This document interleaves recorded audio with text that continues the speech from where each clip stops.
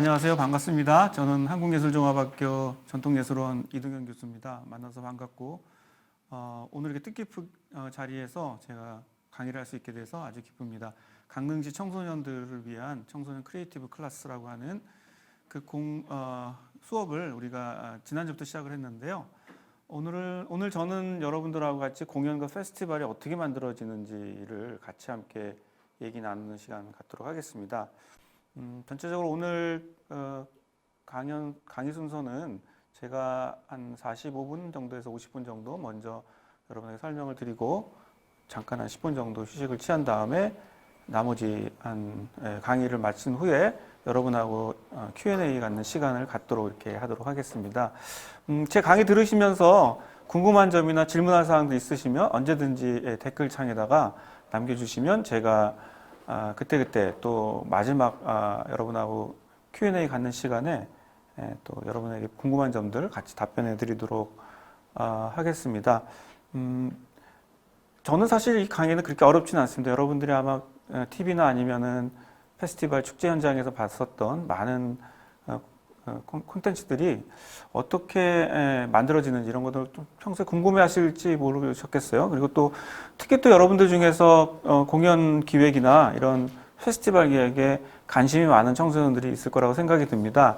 그 청소년들을 위해서 오늘 제가 공연과 페스티벌이 만들어지는 과정에 대한 전체적인 일정을 소개해 드리도록 하겠습니다. 먼저 공연예술과 페스티벌의 우리 현재 현황이 어떤지 이런 것들을 좀 여러분들하고 좀 공유를 해야 될 것 같아요. 그래서 지금 현재 우리나라 공연 시장이 어느 정도 규모인지 좀 알아셔야 될 것 같아서 제가 2018년 그 공연예술 실태조사 그 자료가 있습니다. 이거는 이제 전년도 자료를 기준으로 해서 만든 보고서인데요. 전체 우리나라 그 공연 시장을 추산해 봤을 때 이거는 완벽하게 딱 맞아떨어지는 건 아니지만 대략 한 8,132억 정도로 추산하고요. 2016년 기준으로 봤을 때 거의 9% 이상 증가가 됐습니다. 규모나 영역별로 이렇게 매출액을 보시면 공연 시장 매출액이 이제 8,132억인데 그 중에서 이제 공연 사업과 관련된 게 6,654억 가장 많고요. 그다음에 티켓과 관련된 판매액이 한 4천억 정도 이렇게 추산이 되고 있습니다. 오른쪽에 보시면은 그 매출액과 관련된 항목별 비중이 좀 나와 있는데요. 티켓 판매 수익이 한 48%를 차지하고 있고 작품 판매나 공연장 대관 또 기타 공연 사업의 수입들, 공연 이외의 수입들까지 포함해서 이렇게 통계가 나오고 있습니다. 근데 한 8천억 정도 규모가 되는 이 공연 산업이 코로나19를 맞이해서 엄청나게 급감하고 완전히 몰락할 지경에 이르게 됐습니다. 2020년 그 한국예술총연합회가 조사한 코로나19 사태가 예술계에 미치는 영향과 과제라는 그 설문조사를 했는데요. 이 설문조사나 조사에 따르면은 2020년 1월부터 4월까지 총 1,600건의 문화예술 행사가 취소됐다고 합니다. 엄청난 행사가 취소가 됐었고 또 이 과정에서 예술가의 한 88.7%가 수입이 아주 급격하게 감소됐다고 설문에 응했습니다. 그리고 공연예술 분야의 같은 시기의 매출액이 무려 76.6%가 감소될 정도로 엄청나게 그 공연계가 코로나로 인해서 타격을 받게 됐는데요. 여기 그 그래프를 보시면 아시겠지만 코로나 이전의 월별 공연 매출액 보시면은 12월이 제일 많죠. 아무래도 연말에 공연이 많으니까 559억이었는데 이게 코로나가 본격화되는 3월부터 보시면은 다른 달에 비해서 거의 두세 배, 많게는 한 대여섯 배 정도의 매출이 줄어든 걸 볼 수 있습니다. 91억, 47억 이렇게 정도 되니까 얼마나 공연예술계가 이 코로나 상황으로 힘든지를 여러분들 아마 이 그래프를 통해서 확인할 수 있지 않을까 생각을 합니다. 이제부터 이제 공연예술이 어떻게 변화되고 있는가를 여러분들에게 설명을 좀 드리도록 하겠는데요. 아무래도 코로나 사태 때문에 공연예술의 시장이 굉장히 많이 변했을 겁니다. 그래서 제일 먼저 우리가 주목해야 될 거는 이 비대면 공연이 많아졌다라는 것이죠. 이른바 비대면 공연의 시대가 오게 되는데요. 코로나19로 인해서 대부분의 공연이 다 온라인으로, 비대면으로 진행이 됐습니다. 아무래도 극장에 관객들을 모을 수가 없고, 또 국립극장이나 이런 공공공연시설은 정부 방침에 의해서 전부 다 폐쇄가 됐었거든요. 그러다 보니까 예산은 있고, 공연 일정은 잡혀 있고, 몇 차례 취소를 하긴 했지만, 여전히 지금까지도 정상화가 안 됐기 때문에, 취소하고 연기하다가 어쩔 수 없이 이제 비대면으로 공연을 하게 됩니다. 근데 이 비대면 공연에 대해서 많은 공연예술계가 우려를 갖기도 하고 또 어떤 점에서는 굉장히 새로운 어떤 시장이 나온 게 아니냐라고 또 기대하기도 합니다. 대체로 걱정하시는 분들은 극장이 사라질 것이다. 이런 스튜디오만 남을 것이다. 관객과 만나지 않는 공연이 무슨 감동이 있겠느냐. 그거는 공연이 아니다. 관객 없는 공연은 존재할 수 없다. 이렇게 또 얘기를 하는가 하면 또 한편으로는 이렇게 온라인화되고 또 비대면으로 공연하다 보니까 이 공연 영상 기술, 공연을 송출하는 어떤 영상 미디어 기술이 굉장히 발전하면서 이거는 나중에 공연 시장이 정상화되더라도 이거 상당히 긍정적인 어떤 새로운 시장이 열릴 것이다. 이렇게 또 기대하는 분도 계셔서 약간 서로 상반된 시각을 갖고 있습니다. 온라인 공연이 감동적일까? 참 어려운 얘기죠. 사실은 감동적일 수가 없죠.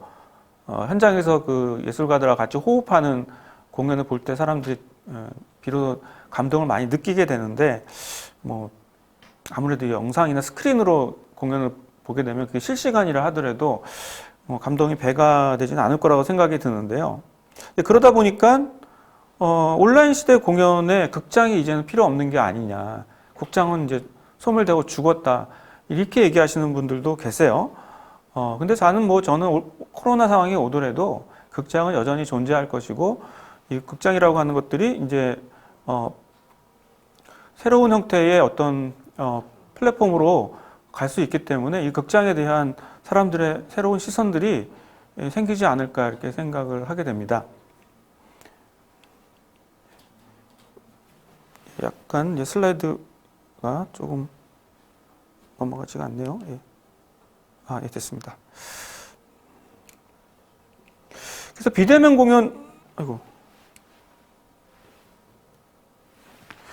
공연이라고 하는 게 공연의 다양성을 훼손한다고 이렇게 얘기를 하지만, 실제로는 이제, 공연의 다양성을 살릴 수 있는 또 새로운 계기가 될 수 있을 거라고 생각이 들거든요. 왜 그러냐면은, 우리가 보통 이제 피아니스트의 연주를 관객이 극장에서 봤을 때는 소리로만 이제 듣게 되죠. 그 소리에 좀 집중하게 되는데, 영상으로 보는 피아노 연주들은 그 피아니스트의 연주하는 모습들을 영상으로 다 촬영하게 되니까, 그런 점에서 피아노가 연주하는 손가락이라든지 또 얼굴 표정 이런 것들이 선명하게 보입니다. 그러다 보니까 영상미가 많이 살아날 수 있고 새로운 공연의 어떤 가능성들을 전개할 수 있지 않을까 이렇게 생각을 합니다. 자, 공연 예술이 또 코로나로 인해서 음악 페스티벌이 굉장히 큰 위기를 맞게 됐었죠. 코로나19로 인해서 오프라인 음악 페스티벌이 줄줄이 취소되거나 연기가 됐는데요. 대표적으로 국내 아웃도어 페스티벌의 어떤 대표적인 페스티벌이라고 할 수 있는 그랜트 미트 페스티벌도 올해 취소가 되고, 또 새로운 어떤 페스티벌로 굉장히 많이 각광을 받았던 DMZ 피스트레인 뮤직 페스티벌도 올해 아쉽게도 취소가 됐고요. 또 이외에 이제 인천 펜타록 페스티벌이나 자라섬 재즈 페스티벌이나 EDM 페스티벌 같은 경우는 온라인으로 진행되거나 혹은 연기되는 그런 상황이 맞게 됐습니다. 그 음공협이라고 있는데요. 이 한국대중음악공연산업협회가 나온 설문조사에 따르면은 2020년 그 대중음악 공연 산업이 2019년에 비해 무려 90% 이상의 매출이 감소될 정도로 음악 페스티벌이나 공연은 굉장히 큰 위기를 맞게 됐습니다. 자, 그러면서 또 한편으로는 그 첨단 기술을 활용한 가상 공연이 또 활발하게 됩니다. 이른바 VR이나 AR이나 홀로그램, 그리고 메타버스라고 하는 새로운 미디어 플랫폼을 통해 가지고 공연을 새롭게 확장하거나 새롭게 한 형태로 포매팅하는 그런 현상들이 많이 늘어났는데요. 대표적으로 제가 예를 들자면은 미국의 대표적인 래퍼인 그 트래비스 스콧이라고 하는 힙합 뮤지션이 있는데, 코로나로 인해서 대면 공연을 할 수 없다 보니까 이 래퍼가 이 포트나이트라고 하는 게임, 여러분도 아마 우리 청소년들 많이 또 쓰실 것 같고 이용하실 것 같은데, 이 포트나이트 사이트에서 본인이 직접 그 아바타 캐릭터로 등장해서 공연을 진행하게 됐습니다. 그러다 보니까 이게 만약 폭발적으로 관심을 갖게 돼서 무려 1,000만 명의 접속자가 들어왔고, 또 무려 216억의 매출을 올릴 정도로 이 비대면의 메타버스를 활용한 공연이 새로운 수익 창출을 할 수 있는 그런 공연으로 또 등장하게 됐습니다. 또 한국에서는 또 BTS의 다이너마이트 안무를 처음으로 공개했을 때 이 뮤직비디오의 안무 버전을 또 포트나이트에 공개하기도 했고요. 또 블랙핑크가 제페토를 통해서 팬미팅을 했을 때 이때 5천만 명의 팬들이 들어올 정도로 엄청난 폭발적인 인기를 얻었습니다. 또 요즘 굉장히 핫한 걸그룹이죠. 에스파도 똑같은 4명의 가상 캐릭터를 만들어서 같이 뮤직비디오를 만들 때 같이 춤을 추고 같이 또 퍼포먼스를 하는, 그래서 실존 인물과 가상 캐릭터가 동시에 무대에 공존하는 뭐 이런 식의 그 융복합 퍼포먼스나 공연들이 이 코로나 시대에 많이 늘어난 것 같아요. 이거는 또 K-팝이나 상업적인 대중음악뿐만 아니라 또 순수예술 분야에서도 굉장히 많은 융복합 공연들이 이루어졌는데요. 예를 들면 대구 오페라 하우스에서 전설을 재현하다라고 해서 유명한 오페라 갈라들을 첨단 영상과 융합 테크놀로지를 가지고 공연을 했습니다. 여러분들이 제가 설명을 하면은 잘 이해를 못할 것 같아서 제가 영상을 하나 보여드리겠는데요. 아마 많이 보셨을지도 모르겠지만 그 BTS의 다이너마이트의 안무 버전을 포트나이트에서 포트나이트의 여러 가지 사이트 중에 파티 로얄이라고 하는 그 팬들이 모여 있는 이런 일종의 이제 온라인 상황에서의 어떤 그 파티를 할 수 있는 커뮤니티인데, 이 파티 로얄에서 이 다이너마이트를 같이 팬들하고 같이 팬들이 이제 캐릭터로 변해가지고 그 메타버스 현장에서 포트나이트 현장에서 같이 공연을 즐기는 장면을 잠깐 영상으로 감상하시도록 하겠습니다. 영상 좀 준비해 주세요. 네.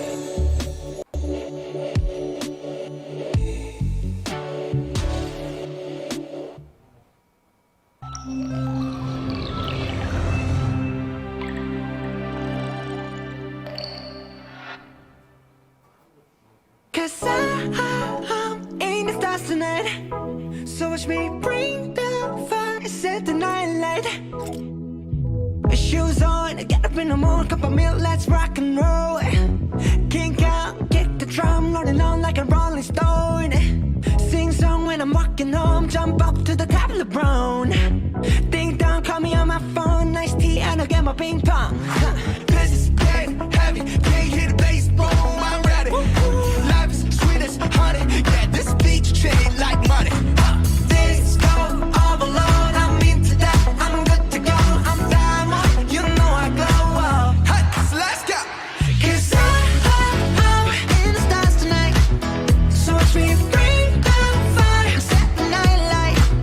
Hey, shining through the city with a little funky soul, so I'ma light it.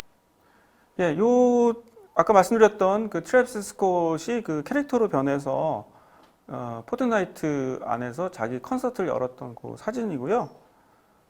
그 다음에 아까 금방 보셨던 다이너마이트의 또 안무 버전에 대한 팬들과의 가상 공간에서의 만남 사진입니다. 여기 보시면 아시겠지만 에스파가 각각의 그 캐릭터를 가지고 같이 뮤직비디오에 출연하고 또 같이 또 퍼포먼스를 하는 그런 또 가상 공간에서의 공연들이 요즘 굉장히 활발하게 벌어지고 있고, 이런 가상 캐릭터들이 벌어들이는 또 이 저작권은 또 굉장히 많습니다. 이렇게 해서 가상과 현실을 같이 접목하는 그런 아이돌 그룹이나 K-팝의 새로운 콘텐츠들이 만들어지고 있는 것 같아요. 자, 그 다음에 이제 네 번째 환경 변화와 관련해서 여러분들에게 알려드리고 싶은 것은 바로 이 지구를 생각하는 공연과 페스티벌이다. 여러분들이 공연 보고 페스티벌 이렇게 하고 나면 여러분들은 모르겠지만 다 가고 나면 쓰레기가 엄청나게 많습니다. 여기 슬라이드에 나와 있던 대로 그 연간 축제에서 나오는 쓰레기 처리 비용이 무려 720억이나 정도 될 정도로 엄청나게 많은 쓰레기 처리 비용들이 매년 낭비되고 있죠.